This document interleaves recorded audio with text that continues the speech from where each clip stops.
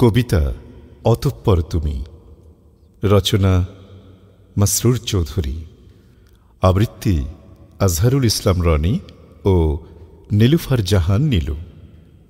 Excuse me, আপনাকে বেশ চেনা চেনা লাগছে। তাই? কে আপনি? যদি আমার ভুল না হয় আপনি নীলাঞ্জনা। নাম তো ঠিকই বলেছেন, কিন্তু আপনাকে ঠিক চিনতে পারলাম না। আমি নীলাদ্র। নীলাদ্র নামটা অবশ্য পরিচিত বলে মনে হচ্ছে, কিন্তু ঠিকঠাক মনে করতে পারছি না। তাই? একটু বলবেন কি, আগে কখনো আপনার সাথে কোথাও দেখা হয়েছিল? তা তো হয়েছে, বছর দুয়েক আগে পিচ ঢালা এক রাস্তার ধারে। আর আপনার পরনে ছিল আমার সেই প্রিয় রং, নীল শাড়ি। ও, এবার বোধহয় আমি আপনাকে চিনতে পেরেছি। আর হ্যাঁ, আপনার প্রশংসা করতে হয়। কেন এই বিশেষণটি সম্বোধন করলেন? বলছি, আপনার যে প্রখর স্মরণ শক্তি, তাই। Thanks god. কিছু বললেন? ও কিছু না। আপনাকে একটু নার্ভাস মনে হচ্ছে। না, মানে ঠিক নার্ভাস না। তাহলে?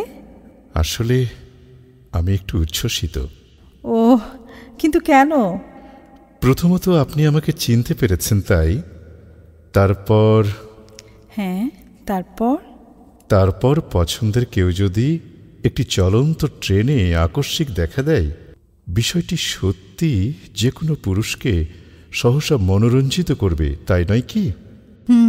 বুঝতে পারলাম, কিন্তু আপনি কিভাবে আমাকে মনে রেখেছেন বলুন তো? আমি সত্যি বিস্মিত। একটাই কারণ। কি কারণ?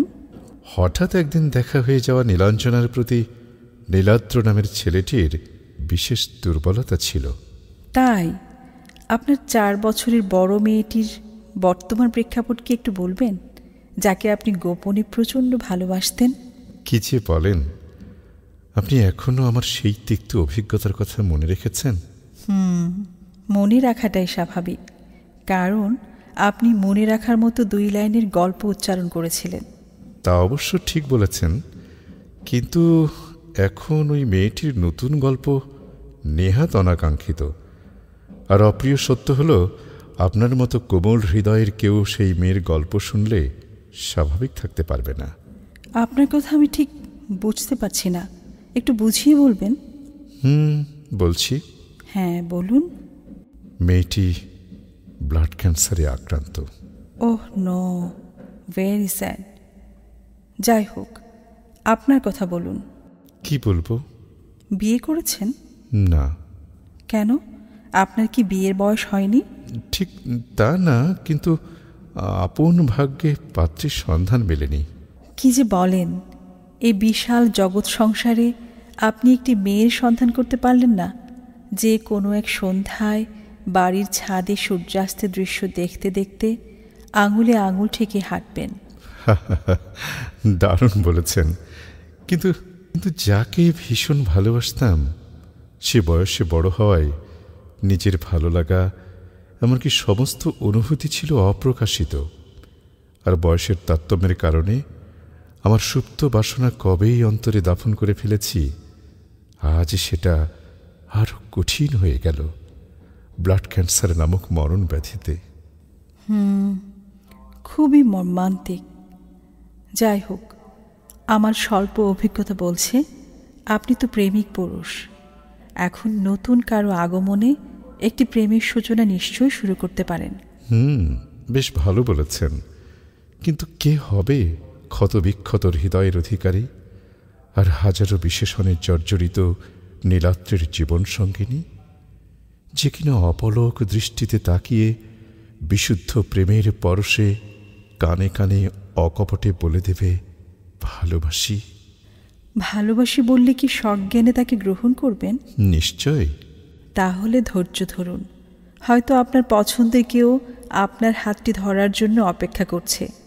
মেয়েটিও মনে হয় আপনাকে বেশ ভালোবেসে ফেলেছে। আপনি তো জ্যোতিষীর মতো কথা বললেন। হ্যাঁ, এটাই বাস্তব। আপনার মোবাইল নাম্বারটি দেন। একটু সামনে আমার স্টেশন। আপনার সাথে কথা বলতে বলতে গন্তব্যে চলে আসলাম। এই নিন, আমার একটাই নাম্বার। আপনারটা? রাখতে পারেন, এই নিন। ধন্যবাদ। নাম্বার তো দেয়া নেয়া হলো, তবে একটা বাধ্যবাধকতা আছে। কি আবার শর্ত জুড়ে দিচ্ছেন? তেমন কিছু না, একটা ছোটোখাটো নিয়ম শৃঙ্খলা। আশা করি সেটা আপনি দ্বিধা দ্বন্দ্ব ব্যতীত মেনে নেবেন।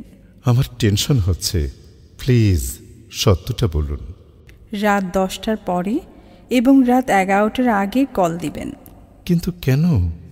এটা আমার সময় জ্ঞান, আমি এই সময়টাতে কথা বলতে পছন্দ করি। ও, এই কথা। ঠিক আছে, আপনার আরোপিত এই নিয়মকানুন যথাযথ অক্ষরে অক্ষরে পালন করার চেষ্টা করব। একেই বলে গুড বয়। আমি স্টেশনে চলে আসছি।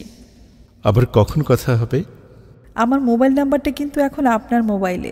ওহ শিট, আসলে ভুলে যাওয়াটা স্বাভাবিক। কেন কেন এই কথা বললেন কেন?